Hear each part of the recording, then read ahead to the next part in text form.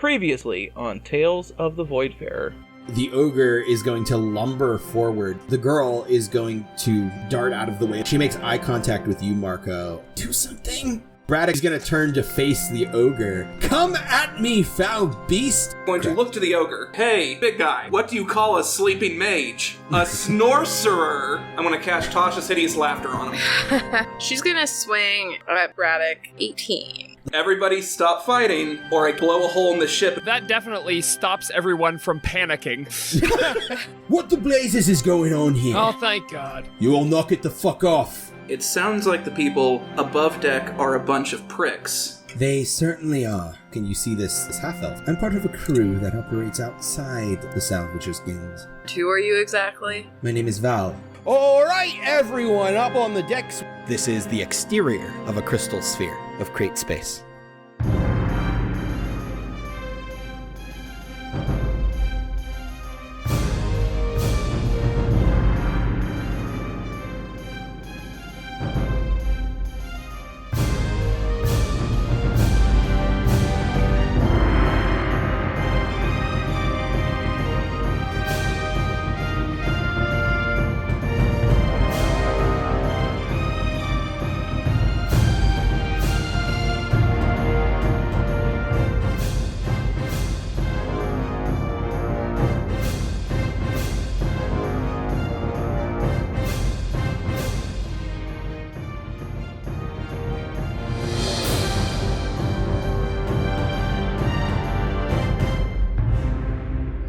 Hey guys, welcome back, and you're gonna have to bear with us because it's been a hot second since we recorded. That's due to a number of reasons, one of which being that Saker had a human child in real life. In real life. So congratulations to Luckbeak Saker. also had a human child, which was very strange in between sessions. Yeah, it was very weird. People were talking. But thank you, I appreciate it.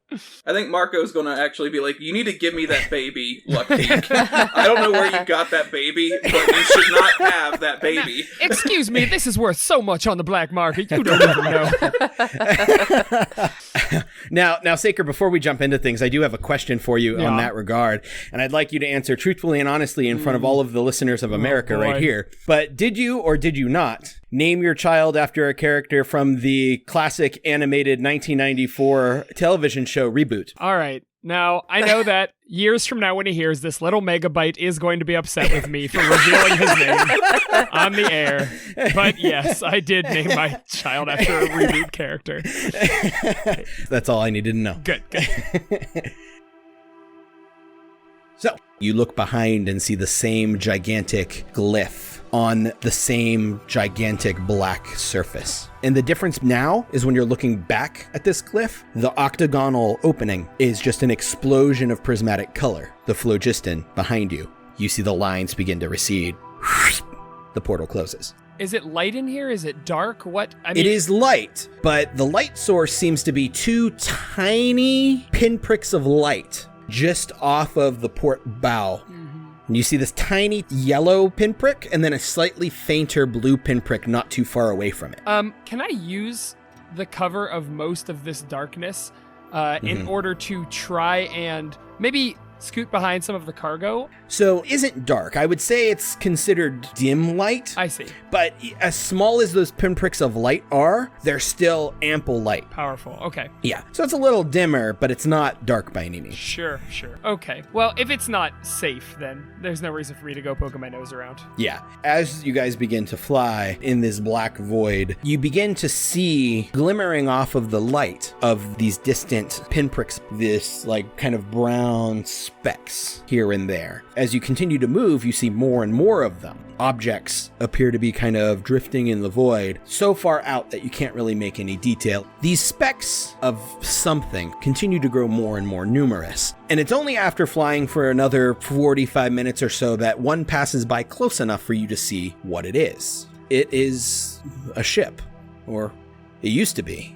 Its hull shattered and blown out, and you see there's planks kind of floating all around it. It's listed far to one side and just looks like anything of value has been stripped. And you get the impression that all of these specks way off in the distance are more abandoned and destroyed Spelljammer ships.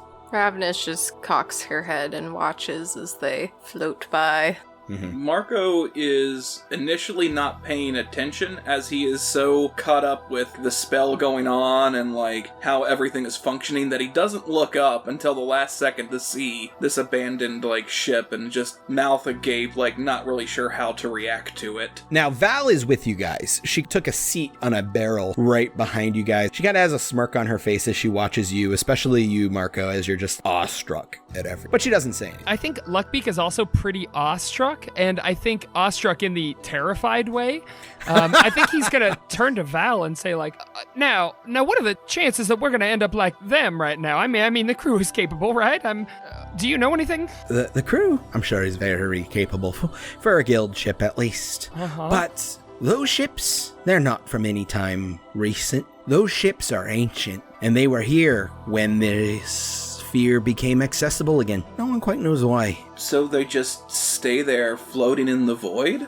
Yeah, there's an entire belt of derelict hulks just floating out in the void. It's what the Salvagers Guild makes so much money looting. Although, looks like they've picked clean most of the ones that are anywhere near the orbit of N'Dir Anchorage. Why are there so many of them? Like, this seems odd. It's like, I can't even describe it. No one really knows. There's a lot of speculation. This sphere's been inaccessible for thousands of years. Who knows what happened before we were able to get back in? And from what people can tell, the ships have been in this state long before we came back.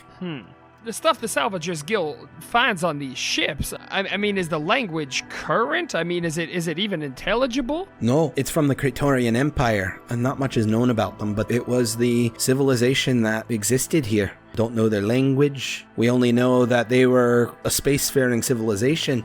He's gonna pull out some of the scripts from this ancient language. Do they look anything like this? I guess a little like that. I've never really examined any of it too up close. I don't really have the head for such things. Maybe. Where did you find that? Oh, back on my homeworld of Turul, there are several ships that have crashed there. I've been studying them for years. I have to get on one of these derelicts. Suddenly you see Marco's eyes get very wide, with like a smile on his face, as he's now just writing stuff down like, yes, if I get a chance to get on one of these derelicts, I can study more of this language. Yes. Val kind of sees you go into your own little world, and she's concerned for half a moment, but then a smile curls onto her face. Well, if you've joined the Voidfarer, that's just the kind of thing we do. You had me at Voidfarer. That sounds like an easy way to get left behind by your crew, though. It's not the first time it's happened to me. Did you like it when it happened before, kid? I mean, I had plenty of time to study the stuff, so that was nice, and eventually they did come back for me. Good God. Good for you. Hey, what did I tell you again about just showing that thing off to anybody for any reason? You just showed it to the dwarf family, you showed it to this girl who wants to hire us for a mission, and we know she steals stuff. Never mind.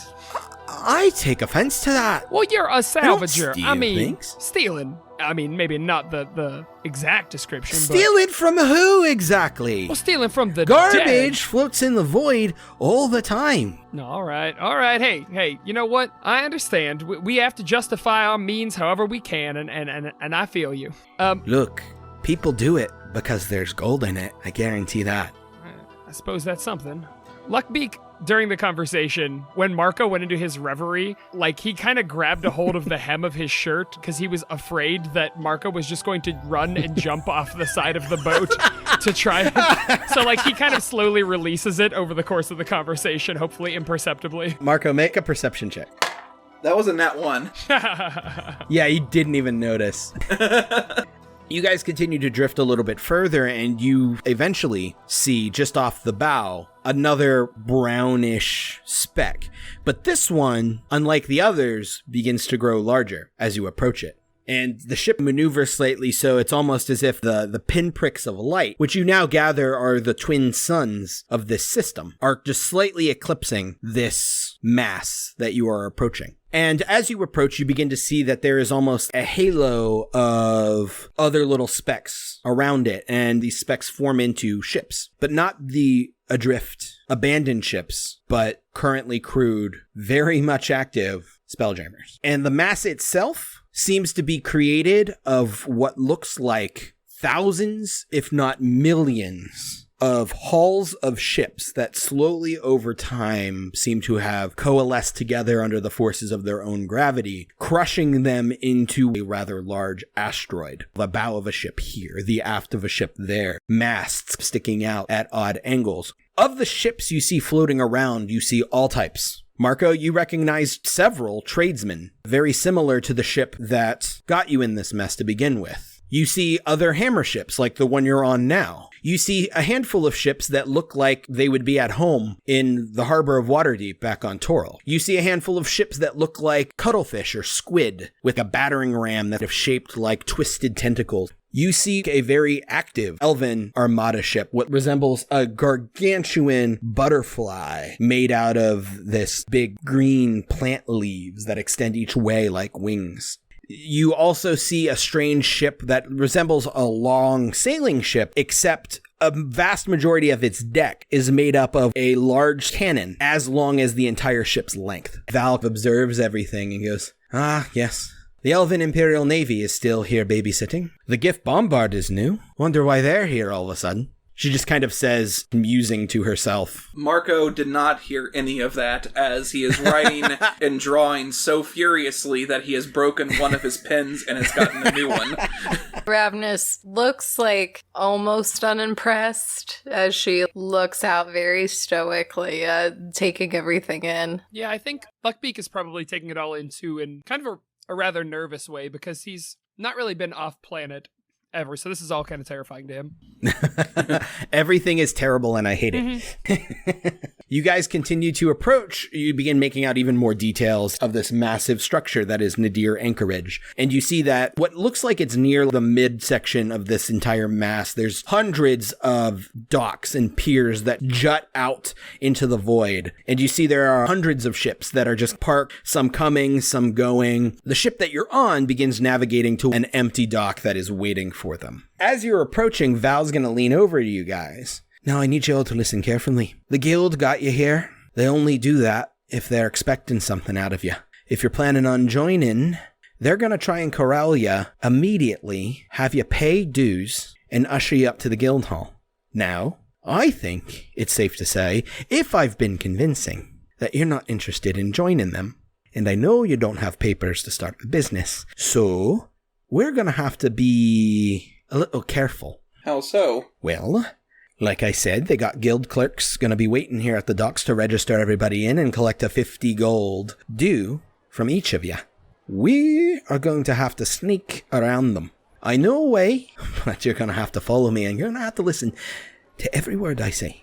Because if we get caught, it's gonna get a lot harder for all of us. Well, lead the way. The ship pulls up to this dock and the crew begins mooring it off, and a gangplank is lowered onto the deck. And the crew begins kind of shouting to herd all of the crew members out onto a deck. And in fact, at the end of the pier, there seems to be 2 podiums set up, and there's 2 clerks that are waiting to start checking people in. And in fact, as you get going, you see the Fluke Gadget family are there, and you see Amanthe is searching through her bag and pulling out papers. Val holds you guys back and lets a bunch of the crowd go first. All right.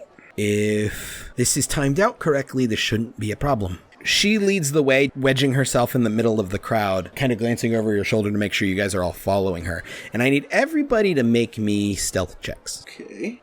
And you can take it with advantage because Val is guiding you. 18. I rolled with advantage and both came up 20 for a 23. What? Yeah. You just rolled 2 nat 20s? Yeah. If only it were a disadvantage, because that would have been baller. I am invisible right now. So, I rolled a 2 and a 10 for a grand total of 10. Okay. Val leads you hunkering down a little bit, so she's lower than the crowd, and she weaves you through the crowd, and you can start hearing the sounds of the clerks checking people in. There's a little bit of a scuffle because it sounds like one of the members didn't realize they had to pay a due because they already paid fares coming here. It stops abruptly as you hear somebody in the dirt and you hear chains clank slightly. You don't know what's going to happen to this person, but it's probably not good. Val leads you through the crowd over to the edge, and she turns and goes, "Now this is where the fun happens," and she just jumps off. I look at Luckbeak and Rav'nys. Yeah, Rav'nys just yeets herself off the ship. She doesn't even think about it. She just goes. Okay. I look at Luckbeak with kind of a, are we gonna do it? All right, kid. Let's do this. All right. Real quick, though, I would like to make a perception check to see if I see those kids. Oh, yeah. Well, you could have made a point to bring them with you. Yeah, because I was hoping that they could come with us so they don't have to be exposed to whatever the fuck is waiting for them at the end that of would this have been line. really shitty Right. to just leave the Yeah. kids.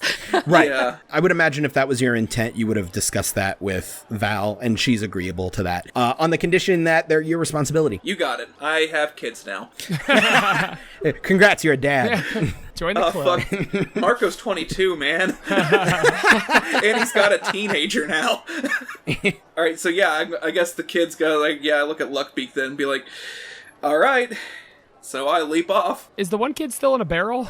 No. Okay. No, he was removed from the barrel. Okay. He seems kind of shy. He hasn't said a whole lot, and he's dirty, and he has like light brown hair that's kind of messy and overgrown. Did you like have the kid's hands when you jumped, Marco, or did you just like, okay. Yeah, Riley is like, wait, you're not gonna, and then you just jump, and you pull them, and Luckbeak, did you jump as well? I mean, have people noticed that we're jumping if I'm the last one to jump? Everyone's mostly concerned with getting through the checkpoint. The only people immediately around you are like other passengers. Okay. Then nobody seems to care if they notice Then anyway. absolutely, So, yeah. so you jump as well. All right, that's the campaign, guys. You all died.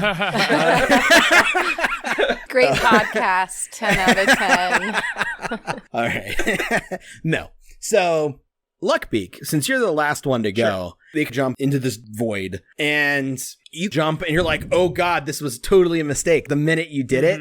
And then something hard hits your feet as you land in the bow of a longboat that is suspended perfectly under the pier, Okay. about 10 feet down. Okay. And Val's on the other end, and she goes, it took you long enough. And then she begins pulling this boat, which is just floating in air about 10 feet below the dock, right along the pier, all the way towards N'Dir Anchorage. And again, it wouldn't be much of a podcast, Nick, but I am going to check to see if Marco and Rav'nys are here. Everyone's Okay, there. cool.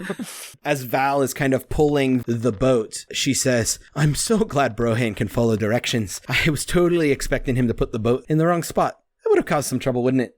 And she smiles and laughs. What? I suppose so. Thank you, Brohane. Whoever you are. Oh, you'll meet Brohane soon enough. So the boat eventually gets to the shore, quote unquote, which appears to just be, again, like more slightly crushed hull of a ship. And she begins pulling the boat to a few docks down. All right, I think we're far enough down that they're not going to see us. She kind of gestures up as she's holding the boat onto the shore. This is where we get off? Yep. That wasn't much of a trek. You sure they're not going to see us? All right, I'll go. Look, this boat isn't going to survive much longer if it gets spotted adrift on its own. And if we get too further from the N'Dir Anchorage, we'll just kind of drift out into the void where we will slowly starve and die of dehydration. So take your pick. All right. Let's not go that route. I didn't think so. So she kind of lets everybody climb out, and then she follows up. And you climb up to what looks kind of like a plaza. And again, even the ground is made out of bits of ship that have been like slowly refined to be a flat, walkable surface. And you see little pop-up vendors and tents selling goods right off the ship. Well, I think it'd probably be best if we don't go back empty-handed. So if you don't mind taking a detour, see if we can come back with any information on some potential salvaging. Well, that's it. We're just going Sounds good to me. straight off the bat. I mean, no, Yeah. on-the-job training then, I guess. We don't have to sit down and watch some, like, videos on, like, how to do this. There's no better training than on-the-job training, she says with a smirk, and she just begins walking off. Marco and the kids are right behind her. I'm kind of looking to Rav'nys. Okay, as you're walking, I think I'm going to try to, like, keep pace with you, because I think Marco and the kids are probably up ahead of us, and try to make some sort of, like, conversation. Hey, do you feel like this all happened very fast? Yes. Okay. Well, nice talking with Well you, put. Rav'nys. I mean, truly, I could tell that she's not one for talking, so... Well, that was a short conversation. So, yeah, you kind of shut up and continue walking. Val leads you through a few more of these little vendors, and you can see that one vendor has ship supplies, ropes, and like boarding hooks, and folded sails that have almost like arcane thread woven through them. There's some that are selling ammunition for trebuchets and catapults. In addition to that, you're also seeing a variety of walks of life all around you. There's a lot of humans, some elves. All the elves that you see are in uniform. A military-esque uniform, but it seems very naturalistic. It's like a shade of green. It has like shoulder pads that look sort of like curled leaves, but it has a very rigid militaristic kind of vibe to it.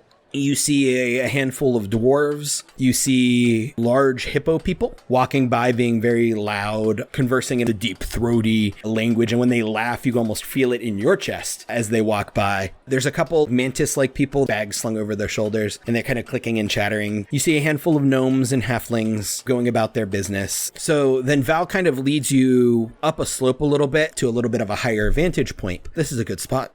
And you can see probably half of all of the docks on this side of N'Dir Anchorage. We want to be looking for a scout ship. The Salvagers Guild use them to scout the more distant areas. They don't want to risk their own men sending them out that far, so they'll pay third-party salvagers, mercenaries, and scouts to head out that way and come back with any information they have on potentially untouched hulks or anything else of value that might be worth the Salvagers Guild time.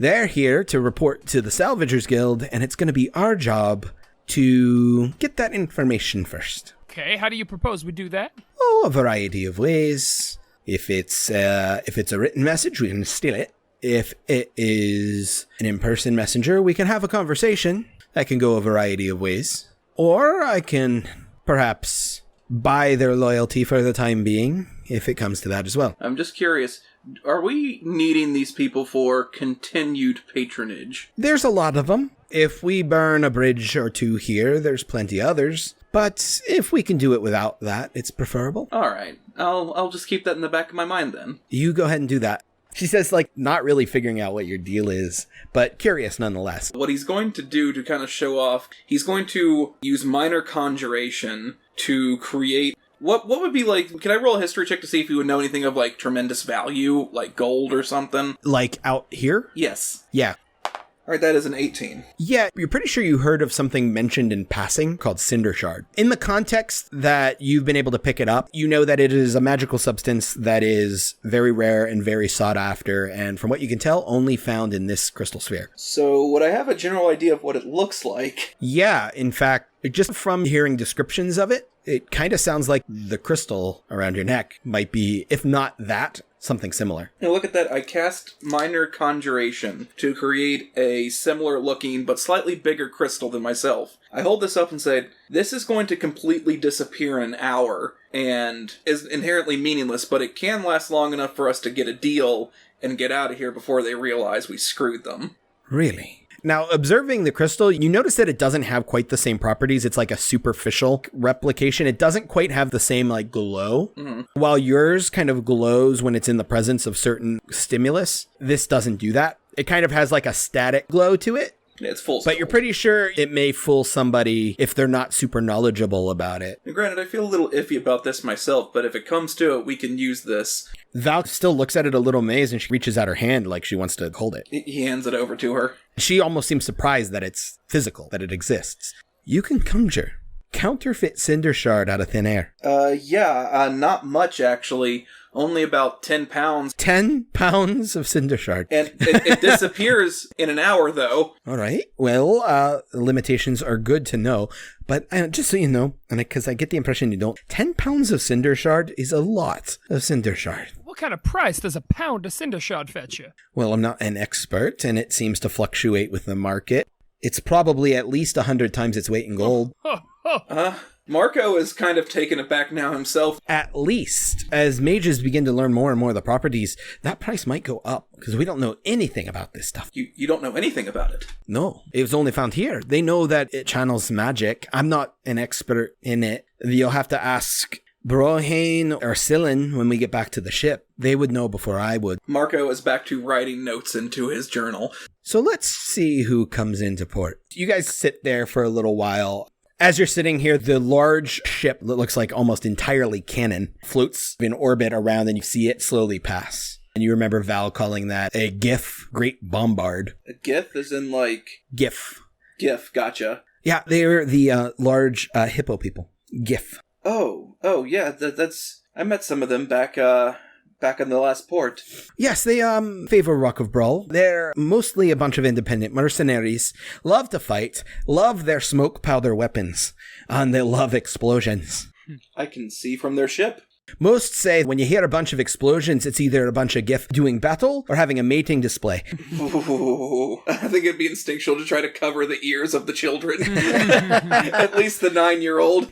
But at that point, it's already out. Yeah, and Val says it, and she laughs like that's probably not true, but that's a common joke. After a while, I think I'm just like, the children have to be exposed at some point. I'm not their actual dad, so... Papa Marco looking out.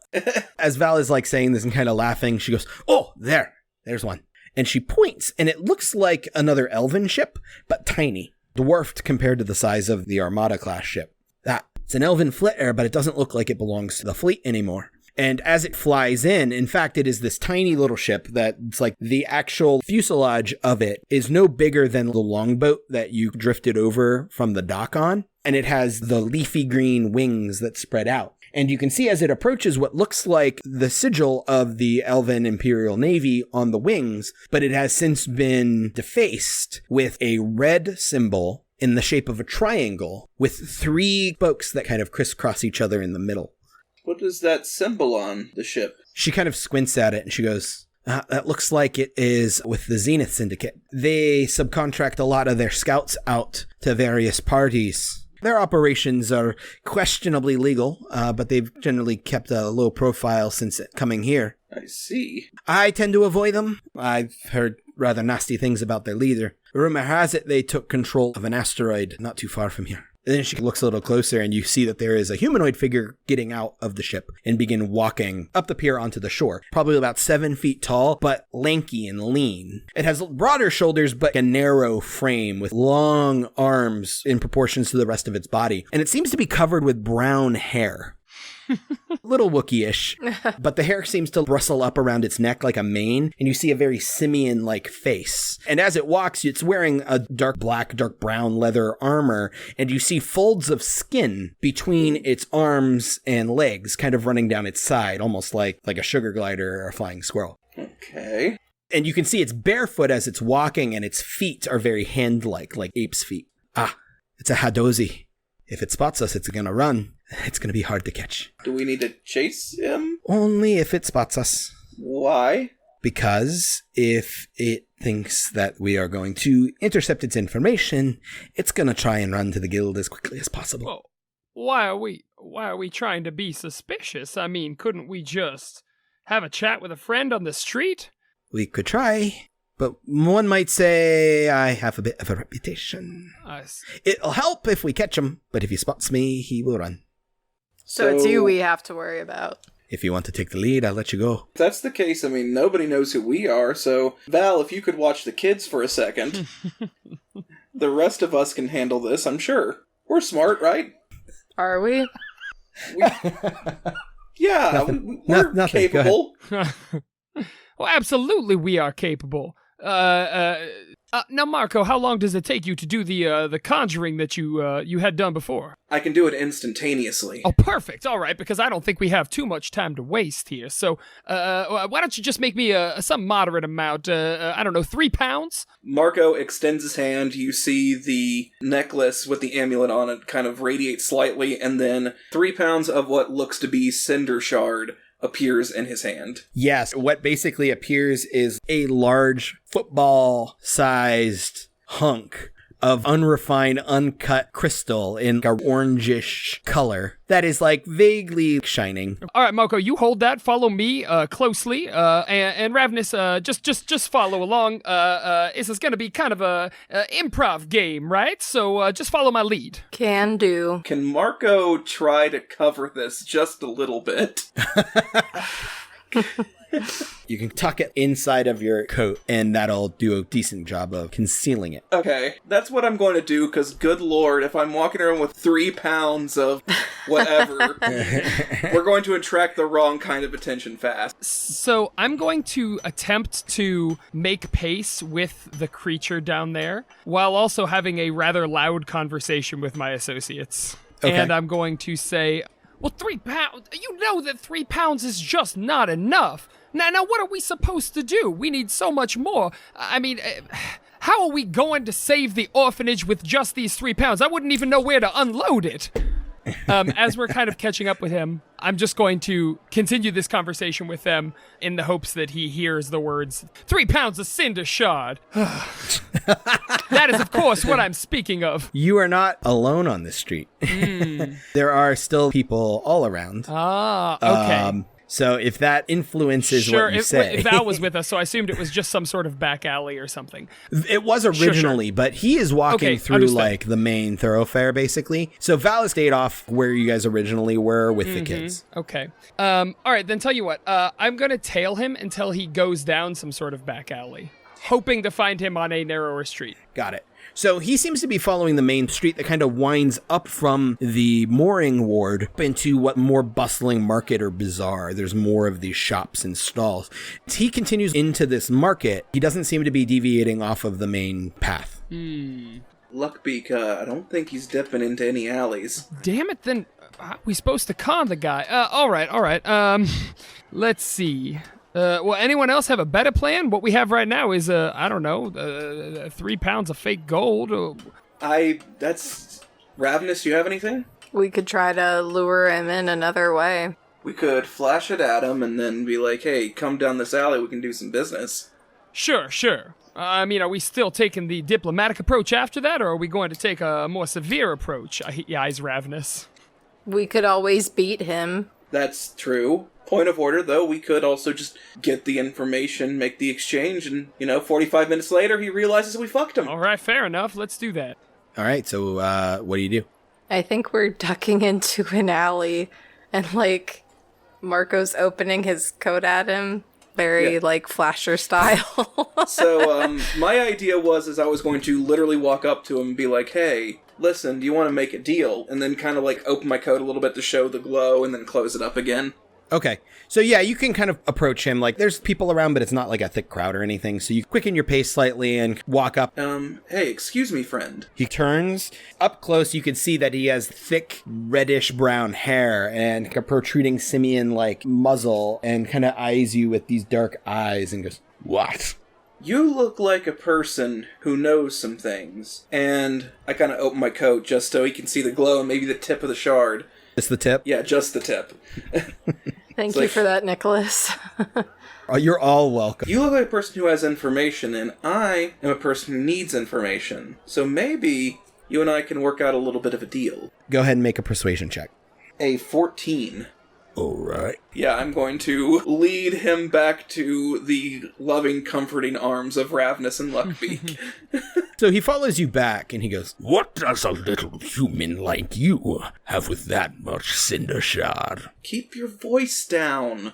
But let's just say that I'm a person who knows how to obtain things. And as he walks, he sees Luckbeak and Rav'nys standing there, and he gets a little bit more apprehensive. Like he thought he was just going to deal with you. And he sized you up as being somebody he could handle very easily. But now that you have backup, he's not so sure. So immediately what I'm going to do is when I hear him coming around this corner saying I'm the type of person who can acquire things or know where to find things, and I'm going to say something like, well, and we understand that you, friend, are also the type of person who can procure things like information, perhaps. We mean you no harm, just a trade. So he thinks about it and goes, "What do you want to know?"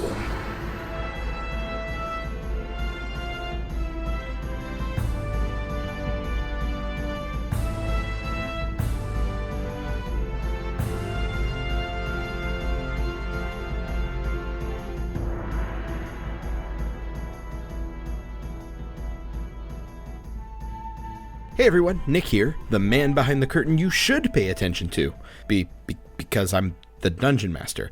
Anyway, thanks for listening to episode 3 of Tales of the Voidfarer, and the last episode in our launch batch of episodes. But don't fret, episode 4 is coming really soon. Look for it Tuesday, October 15th, 2019, to kick off our every other Tuesday release schedule.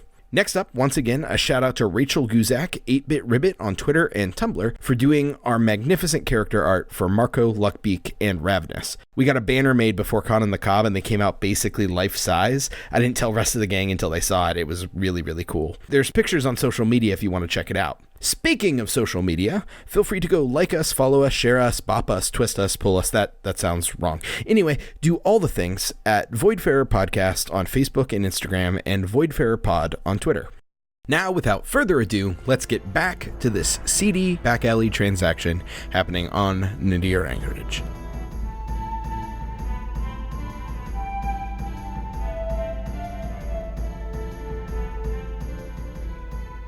You find yourselves in this alleyway, just off of the busy thoroughfare going up from the mooring ward of N'Dir Anchorage to the sutler ward where the market is. The alley is narrow. It's probably only about maybe 6 to 8 feet wide. The one side of it is actually completely composed of the deck of a tradesman that is laying on its side. The other side is the huge side hull of a gigantic ship of the line. Its masts leaning over the alleyway, its ropes and riggings hanging down, further obscuring the view and casting some shade. The Hadozi is looking at you intently, having just said, "What do you want to know?" Well, now, a little songbirdie told me that Wait. And he kind of looks nervously over his shoulder a little bit, and you can see that there's the people still walking by, and he moves closer to you and Marco. "Keep your voice down." No, I don't actually know that I'm capable of that. Let me give it a try. All right, I think I can do that. Now, listen, we know that you have some information about maybe a certain... In that moment, there's a flash of movement. Now that he is close, he jumps up and grabs the riggings, and with one of his hand-like feet, punches Marco in the face. He rolled a 19. You take 3 bludgeoning damage, and with his other foot, he grabs the phlogisterate out of your hand, and I need you to make a strength athletics check. I hate you. That's not going to end well. 2 little weak boys. That's a hot and spicy too. No, you butterfinger it away. And in one fluid motion, he goes up the rigging, and I need everybody to roll initiative. 2. 2. Hell yeah, bro. That's right, 2 brothers. I'm higher than that. I got a 9. It's the best time to get a shitty roll. That's fine. Everyone was like distracted by a bird or something for a second. Marco's distracted by him holding his nose, seeing if there's any blood. There's a little bit of blood. He got cold cocked in the face. The Hadozi climbs deftly straight up the rigging and then leaps. Still holding the cinder shard in its foot, it jumps out and spreads its arms and legs, and you see this leathery skin membrane, and it just begins gliding down towards the mooring ward, and it's out of sight. Fun chase scene, Nick. That was really good. Rav'nys, you were standing closer to the mouth of the alley, and stepping out, you can actually see where he landed. He is 80 feet away from you now. Okay. Would it be faster to follow him up the riggings or just straight run? You would think it'd be faster to straight run. All right, so she's going to follow him and she's going to dash. Okay, so your speed is 30 feet? Yep. So you move 60, so you get within 20 feet of him. All right. And now it's actually his turn, and he's going to continue to book it. I was so close. So you see him land, and he tosses what he thinks is cinder shard from his foot up to his hand and just begins sprinting. Marco and Luckbeak, you guys look, and you see Rav'nys look to her right outside of the alley and then just take off. Right. What do you guys want to do? Luckbeak, I'll let you go first, considering I got punched in the face. Yeah, that makes sense. So when I exit the alley, he's 80 feet away from Rav'nys or 80 feet away from us? He is 80 feet away from Rav'nys. He is 140 feet away from you guys. Oh boy. I can dash as a bonus action as Sure a coward. Usually I dash away, but this time I think I'm going to dash toward him because I'm gonna cut this whole chase scene short, you fool. And I'm going to take a long-ranged attack with my crossbow at the phlogisterite, not at him, but out of his hand. Oh, okay. Go ahead and make your attack roll with disadvantage. Yeah, it's beyond short range. So here we go. Oh, so it's beyond short range? Yeah. All right, so it's disadvantage -3. Neat. So, natural, I got a 2 and a 4. So that's a 5 and a 7. So, goodbye, dear crossbow bolts. So you run out into the street, and there's a bunch of people all around. And you just, like, pull out your crossbow and fire. And you hear shrieks and screams as people just kind of, like, duck. And you hear, like, a soft of the arrow just into some piece of wood into some somewhere out of orphan. sight. Yeah, okay. No, luckily doesn't sound like it hit anybody, but you gave a lot of people a scare. Can I yell like, that man's a thief? He stole our money. Yeah, go ahead and make a deception check. Oh, okay. Deception. A 22. People are still around confused, so there's not an immediate reaction to that, Sure. but you definitely thought you sounded believable. Yep. Okie doke. Marco is like, okay, I know this thing's bullshit, so I dismiss the previous conjuration, make it disappear, and conjure the same object in my hand. I'm going to get close enough that he can see me. Okay. As I'm holding my head, and I'm going to scream to him, do you think that I was born yesterday? That I wouldn't have something up my sleeve? Yeah, you run out into the street and you wave your hands and just conjure another one of these objects. And you immediately see him as he's running. He kind of like does a double take down and then like kind of looks around him for a second. Like maybe he dropped it. And then when you shout, he looks up at you and you just see him grimace. I'm still holding my nose. Quite the sight. Rav'nys, it's your turn. You are still 80 feet behind him. Then I am going to chase him. Okay, you move and another dash. Yes. All right. As you're like running, you actually see him holding the cinder shard in his arm like a football, and it just vanishes. Now he is cinder shardless. So he's kind of looking up at Marco, look back down at you, and you're still in pursuit. And let me see, what's he gonna do? Because he wasn't expecting that. Yeah, he's just gonna keep booking it. He's been duped. He's just kind of going to try to get out of there. So he's booking it, and he, instead of following the thoroughfare, he ducks down another alley. It's a wider alley, but Rav'nys, you see as he goes, there is a makeshift like wall made out of deck planks that blocks the way, and he's going to vault over it. He succeeds. He just kind of leaps over this wall. Luckbeak, go ahead. Rav'nys, you just go ahead there. God, that is for people with big legs. I'm just gonna wait here for the constable. All right, I'm done.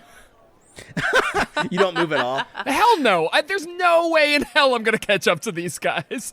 Luckbeak ain't gonna bust his ass for no reason. I mean, you do have your cutting action. Yeah, so, well, like, you're a bonus little bit dash. quicker. Mm-hmm. So I could dash twice per turn. Yeah, you can move and dash twice if you If want. I ran 100 feet right now, how close would I be to him? Okay, you'd have to make a check to get over the barrier, but you could get to him with that. Listen, Luckbeak is invested in this, but he sure isn't that invested. He'll let Rav'nys handle it. He has a lot of faith in her. Okay. Rav'nys took track and field in high school. It's canon now. All right, Marco, you're standing up there with this new cinder shard. You see this Hadozi just panic for a second, do a quick cost-benefit analysis, and then book it. Let me ask this. He's booking away from the crowd of people, right? Correct. He ducked into an alley. You actually don't have line of sight on him anymore. Thought so. Is there any way I could maybe go another way around to maybe catch him? Because I'm not going to win a foot race against this guy, so... Yeah, go ahead and make an intelligence check. Alright. That is a non-natural 20. Damn. Yeah, you're not super familiar with the area, but you do just like a quick assessment of the terrain as it's sloping downward. And you think if you shoot across the thoroughfare down an alley, there may be some way to cut him off. So you go that way. May I ask one other question before I do that? Yeah, We're in Kraatspace, right? correct. It's flammable, right? No. Okay. It's only flammable in the phlogiston between the crystal spheres. Okay, so in case I need to cast Flaming Spear, I'm not going to blow up the ship. Correct. Good to know.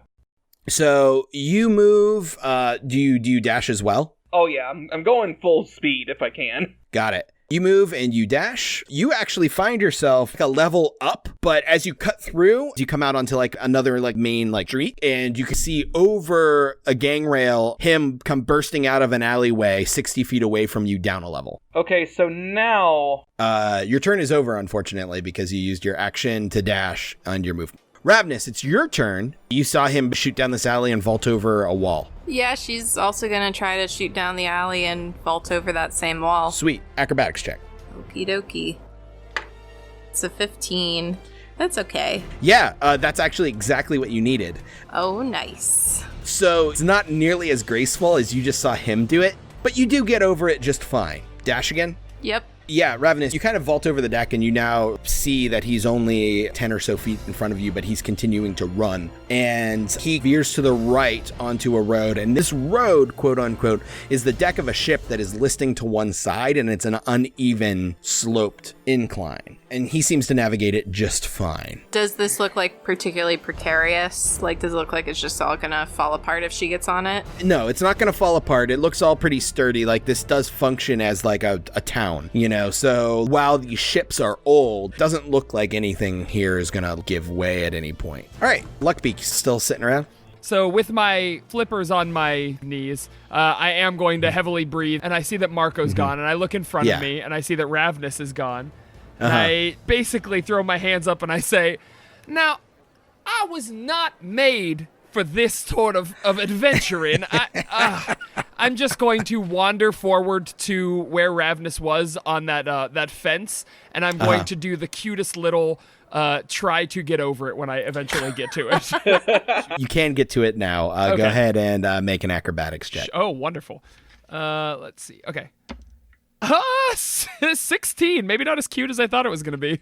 Yeah, you actually managed to find your way over. Yeah. But I kind of like to think, Luckbeak being pretty dexterous, he's not super, super athletic. So he's using his brain as much as he's using his body, and he finds a loose board that kind of does the cartoon, like, rotate. Yep. And spits him out the other side. Yeah, I slide down the board on my stomach once it gets so far. It's perfect, yeah. Yep. Does it look like there's a fight up ahead? She hasn't caught him yet. You kind of get over and you see that Rav'nys is a good 50 feet down the line. Sure. So instead of shooting him, a moving target with my crossbow, and sort of shoot ahead of him at some, a barrel that has a bunch of stuff in it that I could shoot and it would like leak out all over the street, or, something to create sort of an obstacle for him. Yeah, I'd like that. You see that there's a stack of barrels just a little bit in front of him. Oh, this whole thing is a cartoon. I love it. Basically. You made a Doar. It's like, this is just DuckTales. Yeah. So I'm taking the shot. That's still a disadvantage, correct? Yes. So 16. Yeah, you hit this barrel. It's a smaller barrel, and it breaks. You see just grain pour out onto the street. If anyone is watching, I did mean to do that. It may look like I missed him, but that was intentional. Nice. Marco. Okay, if I even use my full dash this turn, I can only get 60 feet, right? Right. So I continue to run along this upper part of the thing. Mm-hmm. Let's see here. Yeah, I'm going to follow this path. I'm going to dash 60 a tier above him. Unfortunately, to keep up with him, there is a gap between buildings that you would have to jump. It looks doable, but you're still going to have to make a check. What kind of check? It'll be acrobatics. All right. That's a 3. A 3? Oh, no! So you are going to fall. Roll a d4 for me. You got it. That would be a 4. 4 times 5. You're falling 20 feet, my friend. You land with a thud at the bottom and take, 9 points of bludgeoning damage. That means I am down to 8 as I'm just laying there holding my back like, ow! You are not having a good time. And unfortunately, that means that you only moved half of your movement and you are now prone. Yeah. So you can use the remainder of your movement that you would have moved to then stand. Yeah, I'll at least stand up. All right. Rav'nys, it's your turn. All right, and she has to go down that incline, correct? Correct. So you're going to have to make an acrobatics check. Neat. That's pretty good. Unnatural 20. Yeah, easily. She's going to dash again. So he has to make a check. You know what? I'm going to say it's disadvantage because he didn't anticipate this obstacle coming up. It just sort of exploded in front of him. Oh, nat 1. So he hits this grain and immediately slides prone. So he moves his 30 feet, falls prone, spends 15 to stand back up, and runs another 15. Luckbeak. You saw him go and he hit your trap. Yeah. But he still gained 45 feet, so he is now 195 feet in front of you. Yeah, he sure did. I'm going to yell... Oh, man. I'm going to yell to Rav'nys, and I'm going to say, hey, can't we just make up some stuff to tell Val? Does it have to be that... He's so far ahead. Can you even hear me? Rav'nys! God. I'm going to walk at least to the grain, and, like, I thought this was a good enough plan. I don't know. I'm just going to be defeated again and walk forward. I'm not going to dash. I'm just going to keep them in sight. Okay. You don't actually get to the grain. You're still like 100 feet away from the grain. So that is a lifetime to a Doar. Marco.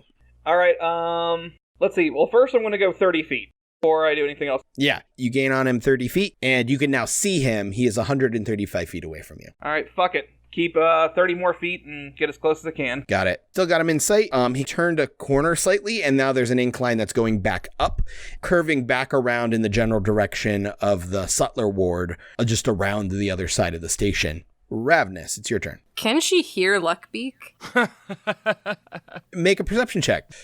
A natural 20 again. Yeah, Hey. yeah, you can hear him. He's a little bit distant, but his squawks carry. She hears him complaining. Okay. So she is going to run just another 30 feet up, and then she is going to take her light crossbow and just try to mess up his day. Okay, so that'll put you at 55 feet.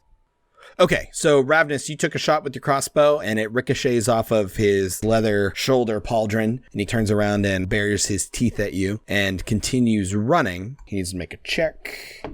Oh, he fails. So that means that slope is difficult terrain for him, which means he's only going to get another 30 feet. Okay. Alrighty. It is Luckbeak's turn. Okay. I'm going to take a full dash towards him. Okay. And I'm going to say, I'm going to take a deep breath, and then I'm going to yell as loud as I can, and I'm going to say, excuse me, stop right there, in Val's voice, because I can unerringly mimic the speech patterns and accent of a creature that I hear speak for at least 1 minute. Oh, wow. So, thinking that Val and he have probably had some interactions, it's called Master of Intrigue. And that's a rogue mastermind thing. A mastermind ability. Yes. Got it. That's fucking cool. All right. Go ahead and make an intimidation check with advantage. I don't remember how she spoke. I hope it was British. I just took a stab in the dark. It was the typical swashbucklery pirate. Okay, good enough. Well, 7. So he definitely has a reaction. But the reaction is sudden panic as he looks around and he continues to run. Okay. Actually, that's interesting. Let me make a check. Okay, that's super interesting. What a great thing for DMs to say. All right, Marco, it's your turn. All right. So how far away is he from me right now? He is currently 135 feet from you. All right. Mhm. Well, he's still booking it, right? Yeah, he has now booked it up this grade. As you move, you can just barely keep him in your line of sight. I'll make a full dash and call it a day. All right, Rav'nys. Marco has caught up to you and moved past you. I look like I'm in pain. Yeah, he's kind of like clutching his side and wheezing. She is going to run and dash again. Okay, so you move a total of 60 then? Yep. Do you seem to be approaching the Sutler ward again? Where he's running, you can see that there are now like these shops installed. This seems like the actual market district, and he runs into there, and you see that there's dealers and merchants all over the place, and a little bit of a crowd. Luckbeak, he's like completely out of sight for you now. Yeah, that's fine. However, you are certain that your imitation of Val definitely landed. I still got it. Luckbeak, it is your turn. You can just kind of barely see Marco and Rav'nys, who are well over 100 feet in front of you, and you can't see the Hadozi anymore. Where's the nearest pub? Let's see. Go ahead and make a perception check. Unnatural 20. You've noticed a handful of different pubs down in the Sutler Ward. However, they don't seem to be a very good repute. Mm-hmm. They just seem to be run down. They're like for the dock workers and the sailors who don't have a lot of coin. You know what? Go ahead and roll percentage die for me. You definitely find a tavern. I'm just trying to decide if it is the plot convenient tavern Honestly, or not. yeah, the seedier the better, because I'm going to try and figure out more about this guy. 63. 63. Yeah, nah. I was debating on putting you in a very plot convenient place, but I don't believe that the chances of that are good. But that means I need to come up with a name for a tavern. You don't have like a running tavern that's in every one of your games? No, I don't. Man. Can I self-insert the Gilded Lily here? The Gilded Lily? Yeah. Fine. Yeah, Perfect. sure. The Gilded Lily. That's my running RPG bar. Yeah. Perfect. That works. It's the Gilded Lily. It does not look gilded nor a lily. No, yeah. It appears to be made out of half of a hull of a hammer ship. Okay. The back end of it, and there is a hanging wooden sign over it that has the drawing of a lily, and it says the Gilded Lily. And it looks like maybe the lily was painted gold at some point, but even that has faded. Or somebody stole the gold leaf off of the sign. Yeah. Got it.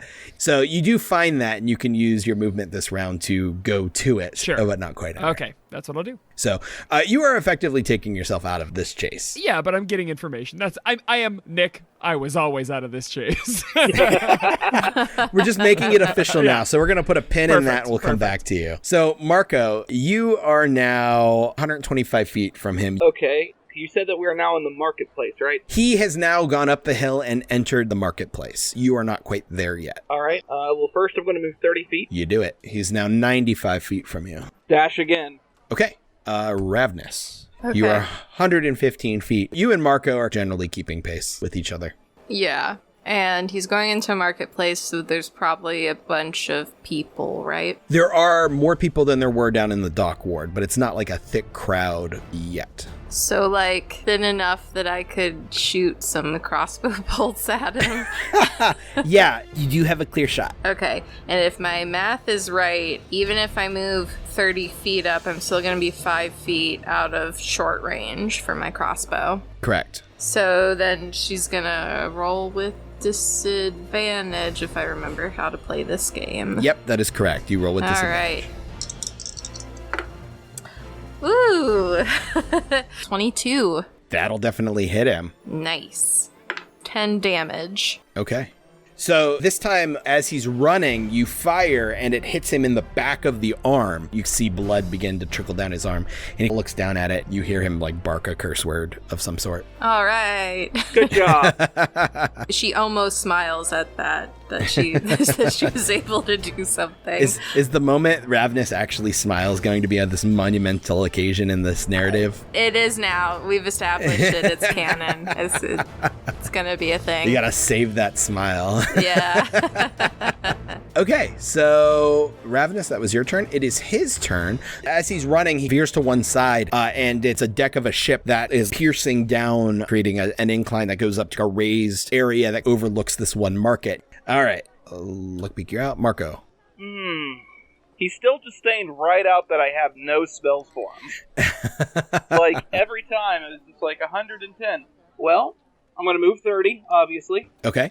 So at this point, I'm going to have to go for broke here. I'm going to hold up this Fool's Gold Cinder Shard that I still have in my hand. Mm-hmm. This belongs to anyone who catches that Hadozi. Oh, wow. Make a deception check. Okay. 21. Wow. Damn. Ooh. Go ahead and roll a d8 for me. All right. 2. Okay, there's not a whole lot of people around, but there's these two thuggish guys. One was standing over talking to a merchant that seems to be selling shirts and linens and like that sort of thing. And another one was looking at a fruit vendor, seemed to be mid-transaction on what looks like a strange purple banana. They see you do that, and the one dude drops his banana and starts booking it after the Hadozi, and then the other one just sees that and takes off as well. So there's 2 additional pursuers who are taking you up on your offer. Good. They're both going to move twice and dash, which puts them 20 feet behind the Hadozi. I do like the fun fact, though. I did not lie. I just said whoever wants this rock. All right. It is now Rav'nys' turn. She is going to keep chasing. She's going to try to avoid a level of exhaustion and dash. Okay. Go ahead and make a Constitution saving throw. 18. Yeah, you're fine. You dash with no Alright. consequences. And as you're running, you see that there are these 2 thuggish sailor-looking guys that blew past you and are right on its butt. It's turn. He gets to a more crowded area.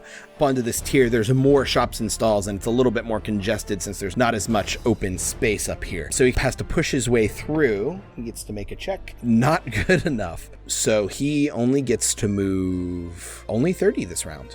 Now it is Marco's turn. All right. So, moving 30, That puts you at 80. just outside of range. All right, I'm going to use my last dash and at least, gain some ground, so maybe I can get a spell off next turn. Okay. So you are actually now neck and neck with these 2 brutish sailors. They're both going to catch him. The one is going to tackle. What did you say? You said just to stop him? Yeah, I just said stop him. Okay. The one is going to try to tackle him. Nope. Other one's going to try to tackle him. Oh boy. Yeah, so the one misses. He dives, and the Hadozi dips his shoulder, and the dude lands on his face just past him. But he wasn't anticipating the second guy, and the guy just lays into him, knocking him prone. So both thugs and the Hadozi are all knocked prone right now, and the one is grappling him. All right. It is Rav'nys' turn. She's just going to jog right up there. All right, so you move 30, so you're still 70 away. Marco, you are 50 feet away. All right, I'm going to walk 30 feet. So at this point, I'm well within range. I'm just going to say, we could have done this the easy way. We just want the salvage report, man. Make a persuasion check.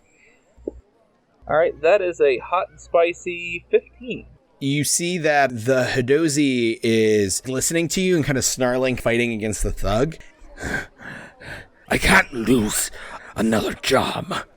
The suzerain will have my head. Do I know what the fuck the suzerain is? It sounds like a title. Thought so. You're so far away from home that you definitely wouldn't have heard of this person before. Yeah, that's fair. I think I'm pretty well done with this turn, unless we're going to have a conversation, because... You still have an action because just talking was a free action. Okay, so I'm going to ask him, why don't you work for us? We got a ship, we have people, so if you're looking for cash, we could always use more able-bodied people. He doesn't seem to be in a position to immediately answer that right now, but That's fair. he heard it. That's fair. So, all right. So the one thug is continuing to grapple, but the other thug now gets to his feet and goes over and decks the first thug while he's grappling the Hadozi. Oh my god. So he does hit, and you hear a crunch as like the one guy's nose begins to bleed, but he doesn't let go. Rav'nys, it's your turn, and you see that Marco goes up and is talking, standing 20 feet out of harm's way, but you see that these 2 random guys are now Yeah, fighting. they're starting to fight. So she is going to dash. Go ahead and make another con save. That's worse. That's a 12. That is still good enough. Yay. So that puts you 10 feet away. Can I start getting rope I have in my backpack out to tie this dude up? Yeah, you can interact with an object as part of your movement once per turn Yeah, she gets out her 50 feet of hempen rope. as you're kind of jogging up. Yeah. Then it is the Hadozi's turn. He's going to try to get out of the grapple. Nope.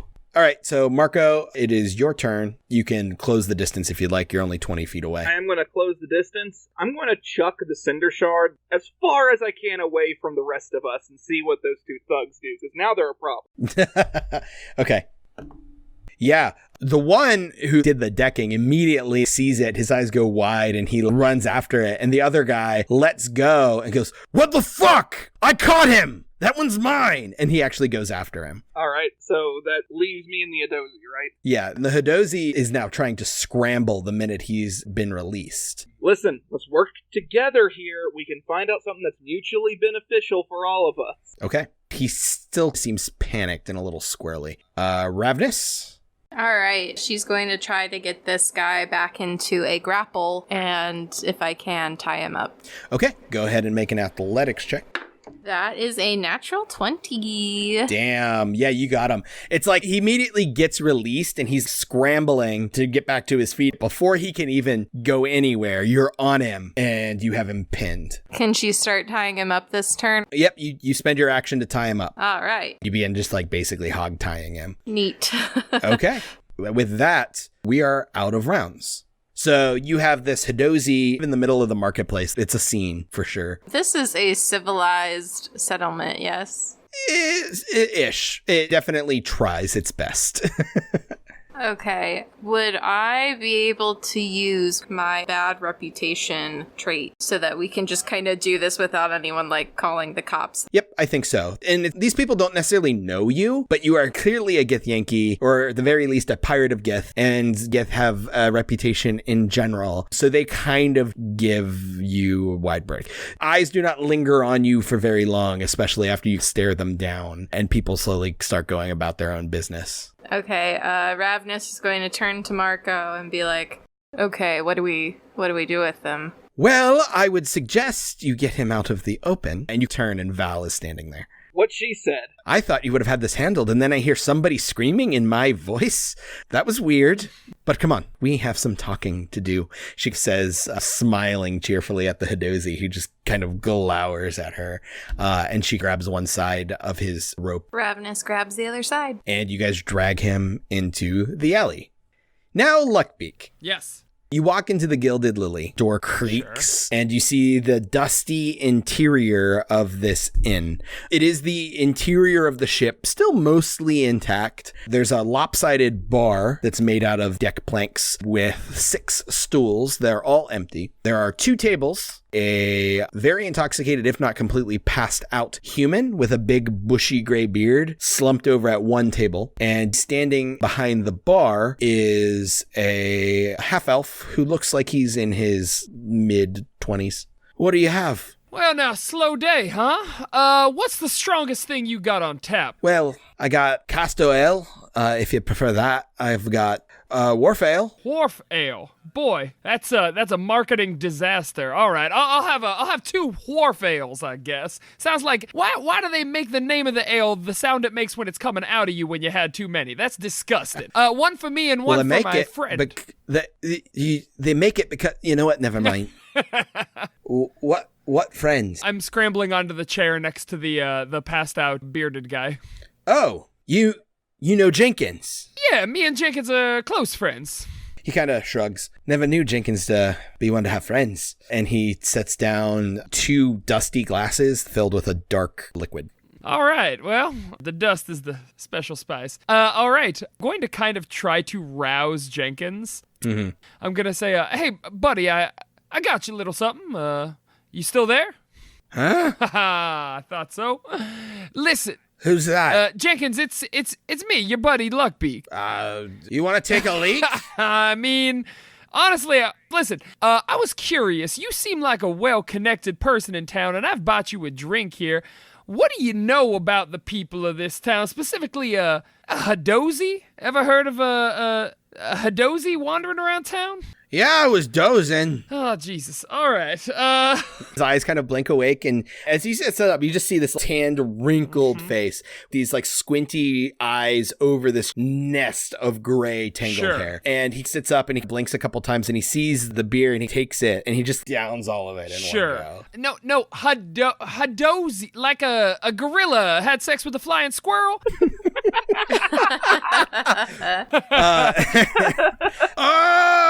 Oh, the deck apes. Yeah, I'm familiar. Okay.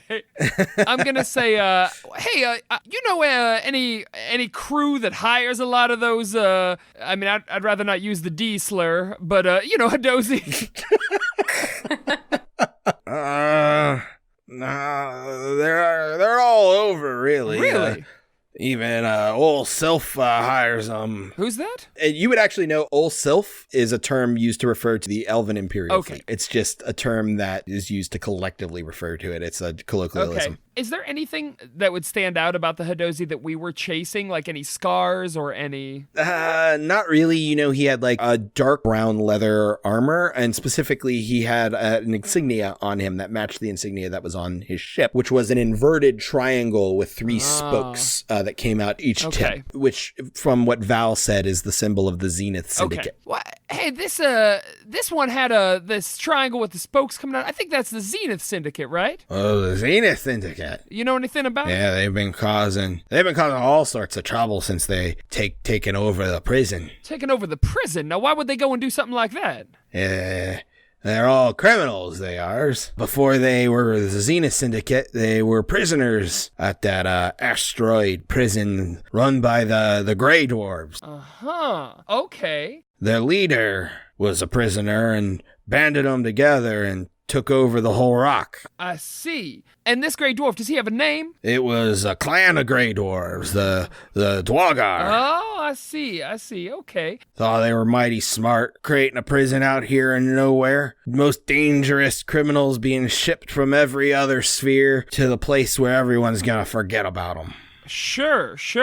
I mean, do they just run lawless around here? No, they are using the prison as a base now, from what I hear. I see. So there's really not a whole lot of places for prisoners to go around here. I mean, the prison is taken over. The Salvagers Guild, the Vultures, just end up jettying them out into space. Holy good gosh. All right. Hey, and have you ever seen an elf? Her name's Val? Oh, yeah, I've heard of Val. She's one that the Salvagers Guild would love to jetty into space. Really? A right pain in their ass. I see. So she is. Okay, all right. Well, Jenkins, thank you. I very much appreciate it. Let me leave you one for the road as well. And I signal to the bartender for one more drink as I head out. He kind of gives you a look of like, is that a good idea? But nonetheless, we'll take your money. Sure. And it's only going to be 3 copper apiece, so 9 total. You know that copper are called stars. Oh, okay. Interesting. Okay. Mm-hmm. The gold pieces are suns, silver pieces are moons, and copper pieces are stars. I had hoped to learn some sort of secret detail about Val, but it looks like she is exactly the enemy of the Zenith that she says she is. So I'm going to wander out and try to reacquaint myself with the crew here. You can still hear distant sounds of commotion.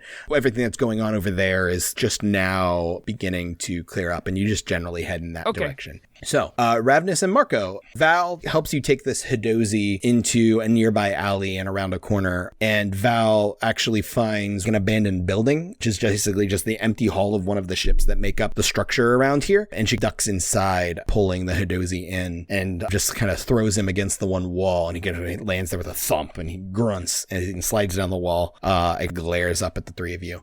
Val says, "Hello, Guzak. It's a long time no see. Been out of the system, but I see you're just getting into trouble as always." Guzak, this Hadozi, smirks. "Val, go fuck yourself." And she kind of smiles, expecting that.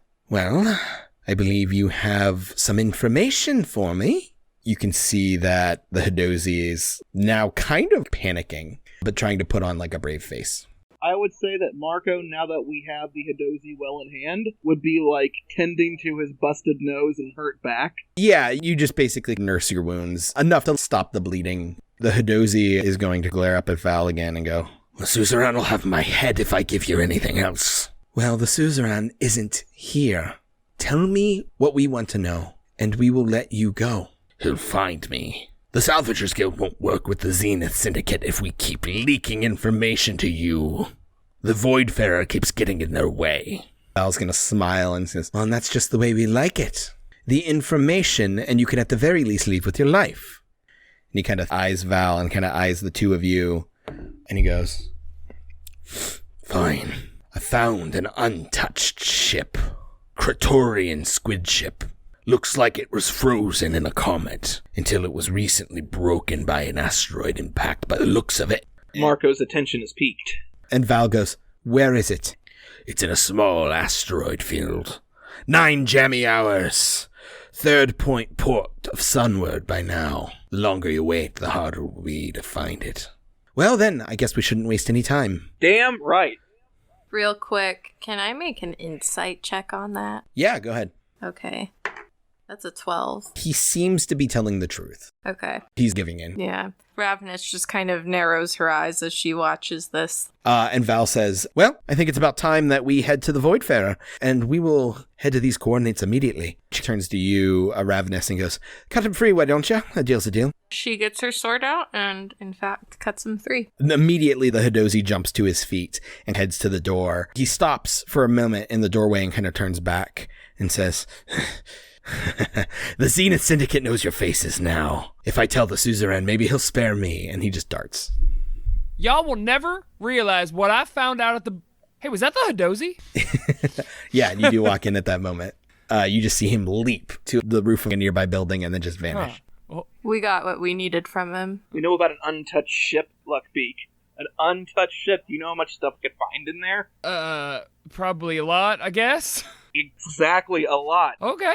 All right. Well, great. And it appears to be Kraatorian, no less. The magical artifacts are bound to be powerful upon it. The Kraatorians were known for their magic tech. Oh, see, I had like an... hold on. It's it was a Kraatorian... See, I wasn't getting your cadence quite right. I need to work better on that. I'm sorry. Oh, that was you. Well, that was a clever little trick, wasn't it? Yeah, I mean, I'm always trying. I got some good ones. You want to hear my John Stamos? I All right, never... You know what? We don't All have right, time that's for this. And she goes, come on. We have to get to the ship. We can meet those coordinates before they're outdated. She's going to lead you back out into the market. And she goes, oh, I suppose we should find the kids, huh? Oh, yeah. Yeah, actually. She heads back out into the market, looks around and goes, they were here somewhere. Ah! And you see her turn on her heel and walk in a direction. You see Riley and Edgar standing at what looks like a hat vendor. And Riley is putting on this wide-brimmed hat with a huge feather. And Edgar is like giggling as like the hat kind of comes down to like past the bridge of her nose. Val walks up and goes, ah, that's a captain's hat, that is. Looks quite striking on you. And Riley kind of pushes it up and goes, really? You're not a captain. Riley! Not yet, but someday Riley will be. You know, crazier things have happened. And Val takes the hat off of Riley's head and spins it and puts it on hers. And goes, oh, this is quite a fetching one, isn't it? And takes it back off and hands it to the merchant. And she goes, not today, I think. I'm sorry. He kind of looks a little bit dejected. Come on, we have places to be. All right, let's go. Come on, kids. Oh, nobody's gonna... Can I flip a gold piece to the merchant and just take the hat? You do that, and he kind of takes it and looks confused, and you go to take the hat, and he goes, actually, that one was 8 gold pieces, unfortunately. Shit, are you kidding me? It's a very nice hat. It's like velvet with like a satin interior and like a huge okay. Does Marco hear that? You catch the tail end of that. So I would go back and be like, half? Yeah, I guess. I'll chuck 4 in. Yeah, the merchant takes your money and takes the hat and kind of puts it in a box and hands it to him. Oh, thank you for your business. Gold. All right, we head out. And Val leads you back down to the sutler ward and goes, there it is. And you see that she is pointing at a tavern. And this is a peculiar tavern because the structure of this tavern is made up of the gigantic skeleton of what looks like a whale. And you can see that there's like canvas and sail material and cloth stretched across gigantic rib bones and planks placed in places to create the outer structure. And you see that there's a door that spans 2 rib bones that come down with a door beam across, and a sign hangs there that is called Kindori's Cradle. Luckbeak and Rav'nys, you would know that a Kindori is a giant space whale. Okay. So, and it appears that this entire tavern is made within the skeleton of a Kindori. It's cool. Val leads you through, and you see that this is a huge tavern. There's a dozen tables, again, made out of discarded planks and pieces of wood. There is a bar, and the spine of this creature is against that wall. The skeleton is on its side. The vertebrae serving as a lopsided shelf that have bottles stacked in uneven rows against the wall. And you can see that place is lit by a bunch of lanterns, and there is a chandelier hanging by rigging line in the center with candles all the way around. The chandelier itself seems to be made out of the capstan of a ship, the large wheel that would be rotated to like crank up an anchor. Behind the bar, you see a very pretty female dwarf. She has blonde hair that is pulled back into a braid, and she has thick mutton chops that come down the side of her face, and smaller braids, 4 on each side, that are also tied off into little green ribbons.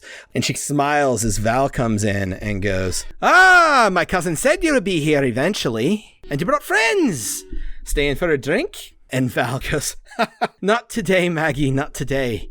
I'd expect your cousin to come through. I had a job for him earlier." And Maggie says, yeah, he said something about you wanting him to forget a dinghy under a particular dock. I take it came in handy. And Val says, "Indeed, he didn't mess it up this time. But anyway, my manners." And she turns and goes, "Everyone, this is Magnahild Windhelm. She is the proprietor here. And Maggie, this is Rav'nys, Luckbeak, and Marco." And Maggie goes, "Well, it's a pleasure to make your acquaintance." A pleasure to meet you as well. Yeah, it's a pleasure. Rav'nys doesn't say anything. And Val says, "Well, I'm sorry we can't stay today, but I'm sure we'll be back." Maggie kind of looks a little sad and like, "Well, I would have thought you at least wanted to stay and hear the gossip a little bit, but perhaps another time." And Val says, "Yes, the gossip. It may be different words, but it's always the same." And she leads you past the bar through a door. It looks like there's like a privy back here and another like storeroom, but she leads you to a far room that is lined with barrels, and she reaches down and pulls a hatch. And she goes, "All right, everyone in."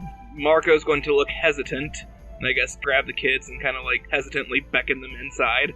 "It's not so bad. We gotta go through the bilge warrens to get to where we moor the Voidfarer. It's not that big of a deal. We only have keel crawlers to worry about." The hell's a keel crawler?